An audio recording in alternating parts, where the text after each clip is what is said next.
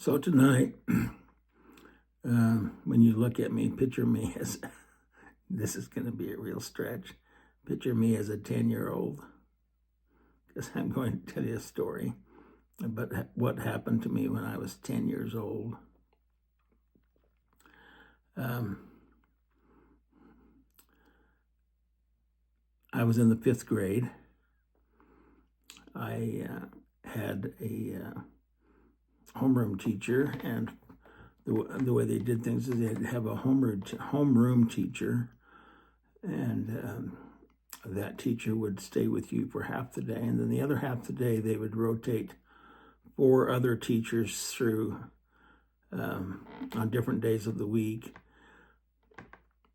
But the homeroom teacher would be just over basic things that needed to be taught and gone over, and sometimes it was art and music, and sometimes it would be maybe spelling or something like that.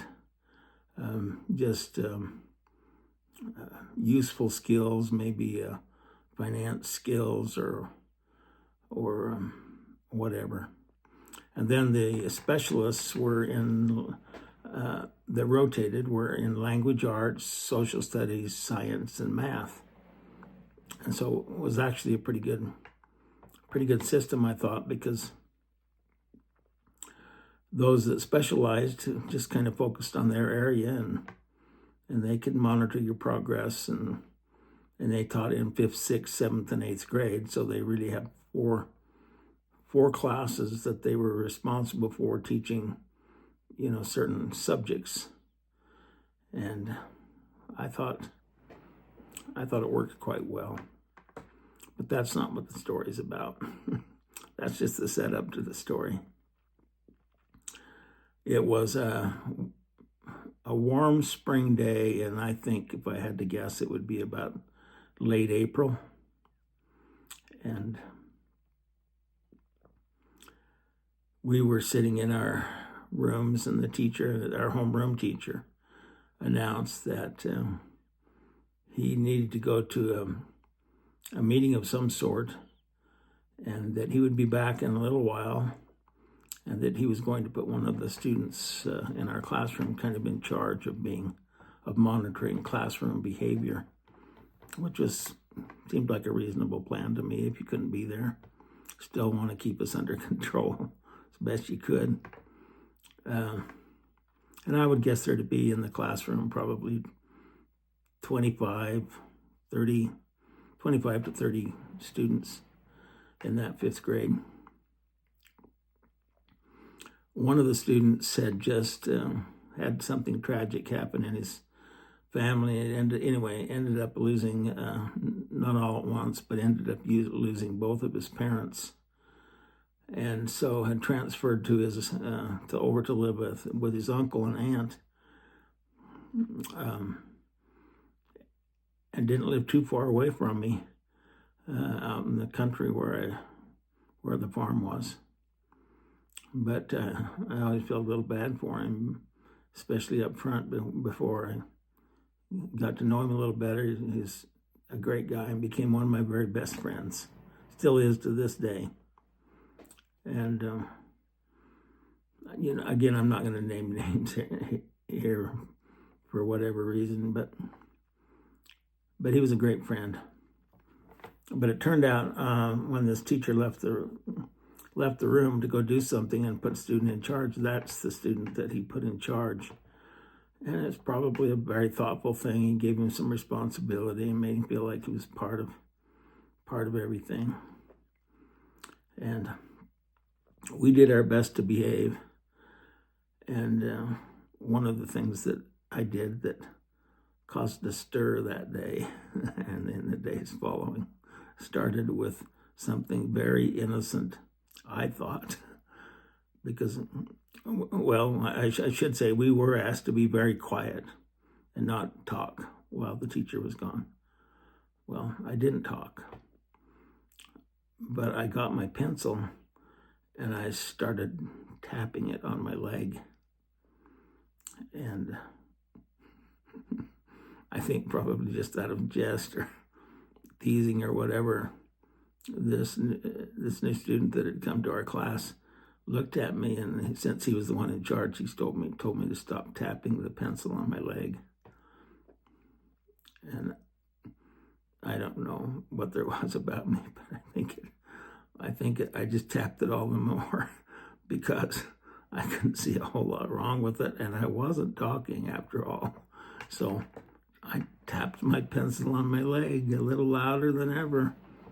And the rule was that if somebody got out of line, you wrote their name down. Well, it turned out that when the teacher came back, my name was on the list for tapping the pencil on my leg and not obeying this student who was in charge. So the punishment was that if that happened and you got your name down, that you were to stay in for the next recess. And I don't suppose it's so much different than a lot of punishments that have been given for things like that, or less or more or whatever, but stay in for the next recess. So that I found out that was my punishment for tapping that pencil, was to stay in for the next recess. And when I found out about it,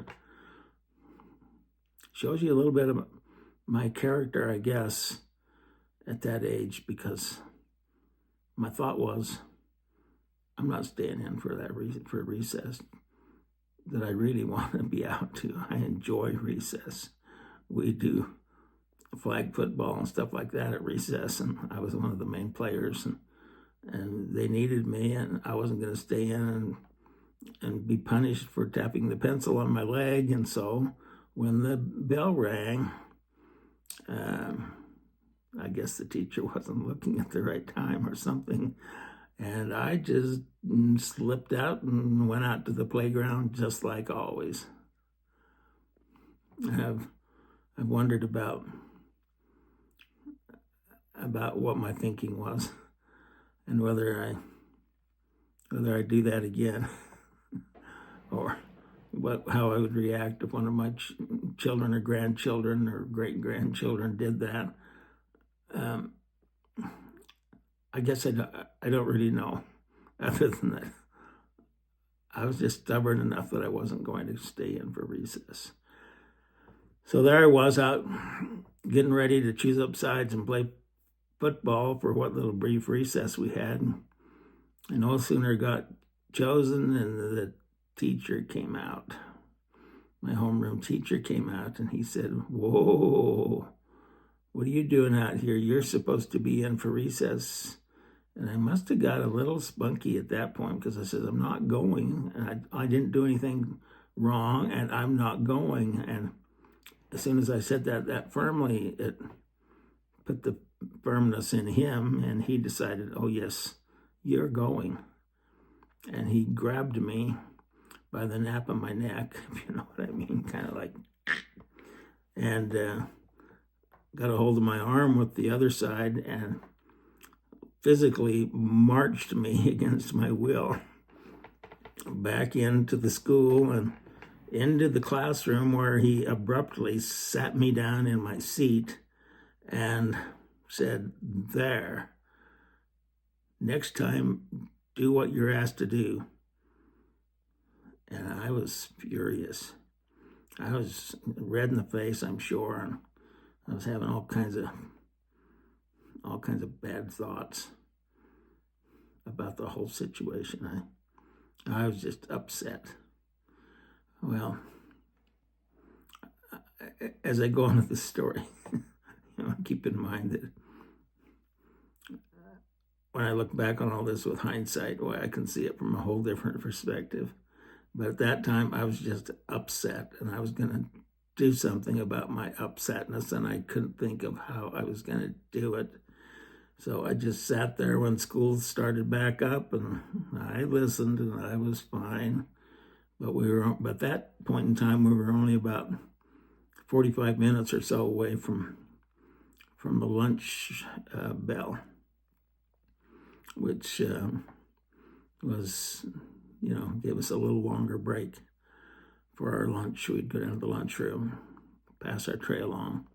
Well, not me, and not that day, because I had another plan.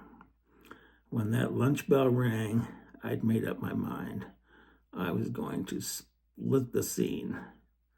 I was going to walk home. And guess what? My home wasn't just down the block. It was 7 miles away. And I just started out, I'm sure. I'm sure everybody wondered where I was because I hadn't checked out of school, but I got an early start. I'm sure for a while they thought, well, he's off eating his lunch somewhere. He's just a little late coming back or whatever. But I was on my way home. And for a little while, I walked along the roadway that went there. But at a certain point, I figured out that, hold on here, if I go around the road, it's going to be about twice as long, and I can just cut through the fields and shorten this trip considerably. And so school closed and all, I just started through the fields. And the fields were still a little muddy that time of the year, but I found the ridges and the dry spots. And I walked through the fields and finally got to my house. I'm not sure what time it would have been. It would have been early afternoon.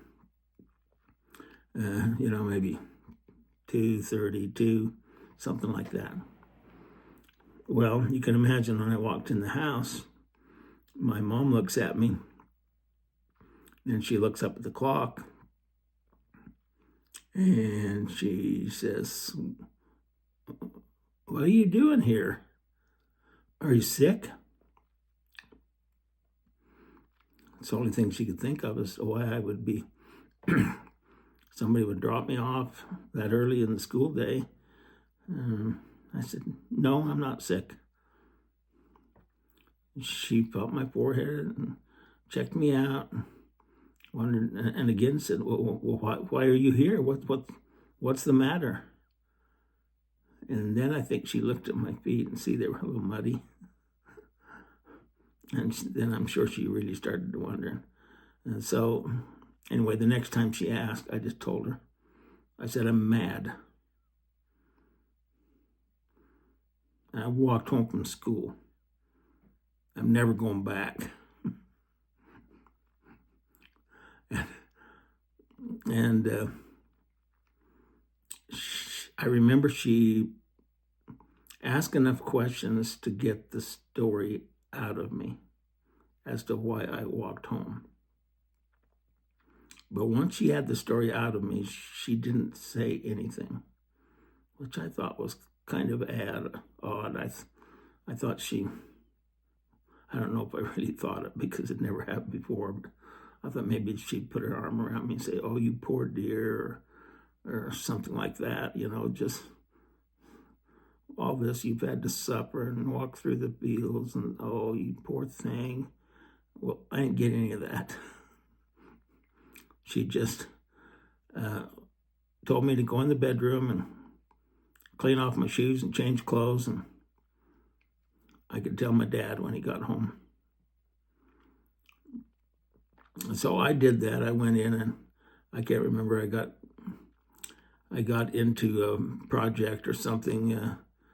I don't remember exactly what I did, but it wasn't very long till my dad was home. And I heard my mom and my dad just talk very briefly, just with muffled tones, out in the kitchen or about the whole thing, what had happened. And they didn't say much more than that, other than that Dad came in and basically just asked me a couple of questions to confirm that what, Mom had told him was what happened. And I said, yeah. And he didn't ask how I felt, or didn't ask really why I was so mad about the whole thing or anything. And I thought he might, but he didn't. He just got the information and stopped, and we went on with the rest of the night, just like always. We had supper, or got ready to do chores, fed the cows and calves, milked, the cows, did everything we needed to, ate supper, and got ready for bed, and there we are. Well, about me never going to school again, that part did get brought up because I was told that, yes, in the morning when the bus came, I would be on it going to school. And so there was enough firmness in their voice that I thought, okay, I'll get on the bus and I'll go to school. But I don't have to like it over there. And it might not be a very good day. And I was thinking all those thoughts. And in the back of my mind, I was thinking, why don't you give me a little more sympathy about the whole thing? I mean, what's the deal? Why wouldn't you be upset just like me? But they didn't seem to be upset.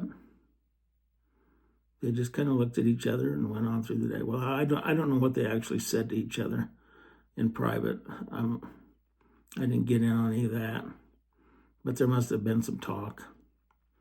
Anyway, the next morning I got up and went to school, and I thought, well, I'm going to be in trouble when I get to school because of what I did yesterday, cutting out of school and probably making everybody worry and showing them that I was going to be the boss after all, and this, that, and the other. And so I went in kind of thinking, I'm going to get it. I'll end up in the principal's office, and there's going to be trouble starting all over again. Well, I went to school, and everything happened just like normal. Our homeroom teacher, the one who had hauled me in from the playground, just taught his normal stuff. We did our spelling and our journal keeping and different things that we did at the beginning of the day before our homeroom teachers came around. And by the end of the day, I was starting to think that nobody knew about this but me, because nobody said anything. I was just there doing the same thing I was doing the day before, except I didn't get in trouble and I didn't have to walk home, and other than that, it was just another day of school, which kind of puzzled me a bit. So I just went to school that day and went home that night. They asked me how things were. I said, oh, just like a normal day of school, no problems. And so I guess the whole event was over. And nobody really knew, and it didn't seem like anybody really cared, even though I thought my actions were kind of tragic, or maybe tragic's not the right word. Formidable, prohibitable. Anyway, I don't know. But I was in amazement that life could just go on after that, because my world really got stirred up on one day. And I thought it would stay stirred up for a lot longer, but it didn't. Well, it was the next day. So I went home that night. Everything was fine. Just did the regular routine, watched TV for just a little while before we went down, started in the chores and ate supper. All that stuff was the same. The next day, I come back to school, and some of my friends came to me and said, did your dad really give him hell? And I says, what are you talking about? And I don't know what you're talking about. And then they kept saying that. And they said, your dad came over to school early this morning, way early, before he went to work, and he really gave him hell. And I didn't know anything about that. Well, I came to find out that my dad did come to school that morning. But the kids, I also came to find out that the kids were just making up the hell part of it, because my dad had a conversation with the teacher, and that's really all I know, is that he had a conversation with the teacher. And he didn't tell me that. I learned that through my friends at school as days went by, is that he'd come over and visited before he went to work that day. Well, I kind of wish he had given hell, but the more I found out that no, they didn't know what had even happened, and they were just making that part of it up, and I was in the dark. I had no clue what he'd said or that he even went. He wouldn't have told me. My mother wouldn't have told me, and never did refer to it. They never asked questions. I didn't bring it up to them that my friends had told me. And life just went on, except for that. And I thought back on the whole experience, how people tend to react and then react to reactions, or not react to reactions. Like my friend, he reacted to me tapping my pencil, and I reacted to him writing my name down. And then the teacher reacted to me skipping and going out to recess when I wasn't supposed to. And then I reacted by getting mad and walking home from school. And then the only ones that I didn't think really reacted quite like I expected them to was my mother and dad. They just listened. And not too much of that, because once they got the facts, that's all they needed, and they didn't pursue it anymore. But I guess they did react in their own subtle, quiet kind of way, because my dad, apparently, from what I was able to gather, actually had gone to the school and talked to that very teacher about the problem that we'd had the day before, unbeknownst to me and unverified to this very day, because I never did pursue it after that. They never told me. But in my older years now, I think back about that, and I think to myself,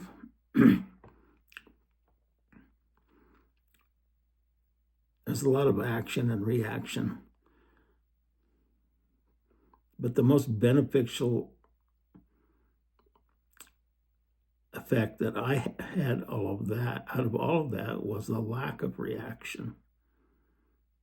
I wondered to this day what might have been my mindset if my parents said, "Oh, that mean teacher, you just wait till tomorrow. We're going to go over there and we'll stick up for you. We'll make sure he gets exactly what's coming for him, and we can maybe even get him fired. Not going to tolerate that." That's the way some people's parents, I think, would have reacted to something like that. I was grateful that mine didn't, and I have not so much at the time, but in hindsight, when I look back, I think, oh, you were wise parents. You just listened, took in information, did what you needed to do, and moved on with life. And taught me to do the same through your example. So this whole business of making judgments about who's right and who's wrong in that whole scenario would have been really easy to do, and it was done by me. And I'm grateful that somebody didn't fan those flames. Those flames didn't need to be fanned.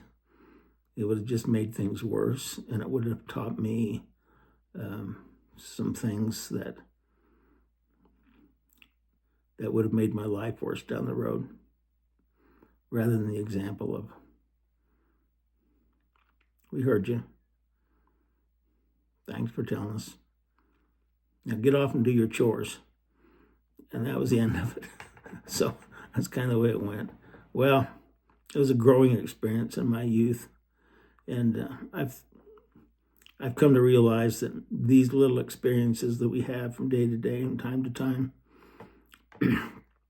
end up making us who we are, and they help us to see others as who they are. This teacher that I felt so bitter towards ended up being one of my very favorite teachers.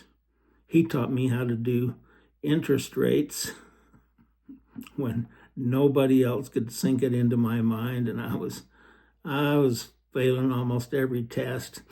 And then he told me one little thing, and it clicked in my mind. And I've used that one little thing all the rest of my life to calculate interest rates in my head. I'll even pass it on to you. It might help you too. Here's what it was. He says, rather than think of the 40% of something, 40% of 100, think of 40% times 100. And as soon as he said that, and I could see it, things just clicked, because the of changed to a times symbol. And from that point forward, I could calculate interest in my head. And like I said, I've used it clear through my life. I kind of chuckle sometimes when I get at the cash register and people are trying to calculate in their minds and they just struggle. They finally pull out their calculator. And I think if I had the time, I'd teach you the very same lesson that this teacher that I thought was so mean, that ended up being one of my best friends and helping me learn my math skills that I've used all my life. I teach you how to do that and save you a lot of confusion, if nothing else. So these things that happen to us are meant to make us grow. And when we form judgments about people, this friend that wrote my name down when I tapped my leg, he ended up being the very person that I walked side by side with, getting my Eagle merit badges, and we got our Eagle together. First Eagle that had been awarded in 3 different wards since forever, and we decided to do it together. And what if I'd have gotten mad and stayed mad? I'd have missed out on all that friendship and good times, and they continue to this day. We get together and we eat and go places, and it's just a really good person. Well, isn't it sad that we form judgments, we react and overreact and counter-react and just pack a lot of baggage around with us when we don't need to, because after all, it's just life. And there are people in life.